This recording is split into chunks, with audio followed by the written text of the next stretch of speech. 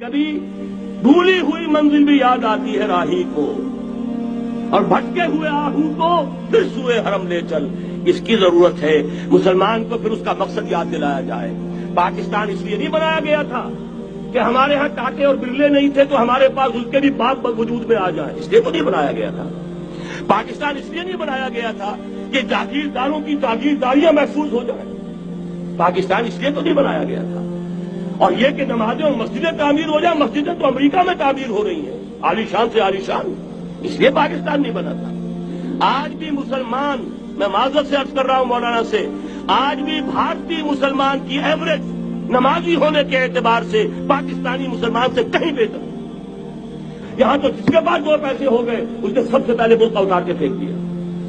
معلوم اچھی طرح سمجھ لیجئے، یہ چیزیں تو وہاں زیادہ ہیں یہاں کی نسبت۔ وہ نظام عدل اجتماعی، وہ جس میں حریت ہو، جس میں عام آدمی بھی خلیفہ وقت کو ٹوک سکے۔ یہ کرتا کیسے بن گیا؟ ایک خاتون بھی کھڑی ہو کر دامن پکڑ لے، عمر تمہیں کیا حق ہے کہ ہمارے مہر کے اوپر پابندی لگا رہے ہو، جبکہ اللہ نے نہیں لگائی۔ اللہ قرآن میں قنطارہ کا لفظ استعمال کر رہا ہے۔ ڈھیروں سونا دے دے کوئی شخص اپنی بیوی کو مہر کے اندر، طلاق دیتے وقت اس میں سے کچھ نہیں لے سکتا۔ آپ کون ہوتے ہمارے حق کے اوپر پابندی لگانے والے؟ اور عمر نے کہا آج ایک بڑھیا نے وہ اب عمر کو دین سکھایا، آرڈیننس واپس۔ حضرت سعد بن ابی وقاص رضی اللہ تعالی عنہ جو فاتح ایران تھے، وہ گورنر ایسے نہیں بن گئے تھے ریوڑیاں بٹی ہو اور گورنر ہی مل گئی ہو، وہ تو خود فاتح تھے ایران کے، اس لیے گورنر تھے۔ صرف ایک پرچہ پہنچا ہے بارگاہ خلافت میں، حضرت عمر فاروق کے پاس انفارمیشن آئی، سعد نے اپنے گھر کے باہر ڈیوڑی بنا لی ہے اور ایک دربان کھڑا کر دیا ہے۔ حضرت بلال کو بھیجا ہے رقعہ دے کر، اور یہ حکم تھا کہ بلال پہلے تو جاتے ہی ڈیوڑی میں آگ لگا دینا، پھر یہ رقعہ دینا میرا۔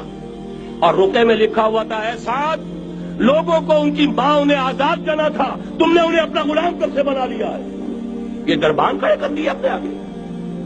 وہ حریت، وہ مساوات کہ جا رہا ہو خلیفہ وقت اور چارج لینے جا رہا ہے بیت المقدس کا، کوئی ذاتی علاج کے لیے نہیں جا رہا، سیر و سیاحت کے لیے نہیں جا رہا، چارج لینے کے لیے بالکل سرکاری وزٹ ہے، آفیشل وزٹ ہے، اسٹیٹ وزٹ ہے۔ اور حال کیا ہے؟ 700 میل کا فاصلہ طے کرنا اور ایک اونٹ نہیں، کوئی انٹوریج نہیں، کوئی خدم و حشم نہیں، کوئی جمبو جٹ بھرے ہوئے نہیں، کچھ نہیں، ایک اونٹنی ایک خادم۔ اس ایک اونٹنی پر چونکہ راستے کا راشن بھی ہے لہذا 2 آدمی نہیں بیٹھ سکتے، ایک بیٹھ سکتا۔ ایک منزل خلیفہ وقت بیٹھا ہوا ہے اوپر اور خادم نکیل پکڑ کر چل رہا ہے، اگلی منزل خادم اوپر بیٹھا ہے اور خلیفہ وقت عمر بن الخطاب رضی اللہ تعالی عنہ، اور وہ آگے آگے نکیل پکڑ کر چل رہا ہے۔ یہ نظام چاہیے آج نوع انسانی کو۔ اس کے انتظار میں، اس کی تلاش میں نوع انسانی نے کتنے تجربے کر لیے، کیسی چھلانگیں لگائیں، ملوکیت ختم کی، آسمان سے گرا کھجور میں اٹکا، جمہوریت آئی نام نہاد، لیکن وہ سرمایہ دارانہ نظام بن کر آگے سے بڑھ کر لعنت بن گئی۔ پہلے جاگیردار مسلط تھا، اب سرمایہ دار اور کارخانے دار مسلط ہو گیا۔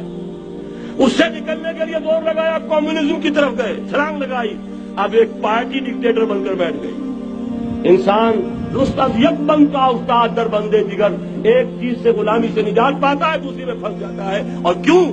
کہ وہ نظام عدل اجتماعی جو محمد عربی کو دے کر بھیجا گیا تھا، اس کے کسٹوڈین سوئے ہوئے، اس کے کسٹوڈینز کو اندازہ ہی نہیں۔ یہ نسخہ تو ہمارے پاس تھا، ہمیں عمل کرنا تھا اور دنیا کے سامنے پیش کرنا تھا۔ پاکستان بنایا اس لیے گیا تھا کہ ہم اس کا ایک نمونہ دنیا کے سامنے پیش کریں گے۔ قائد اعظم نے فرمایا تھا کہ ہم یہ چاہتے ہیں کہ پاکستان کی صورت میں ایک نمونہ قائم کر کے دکھا دیں۔ کہاں ہے وہ؟ بھٹک گئے، سو گئے۔ بہرحال اب بھی وقت ہے، جب تک سانس تب تک آس۔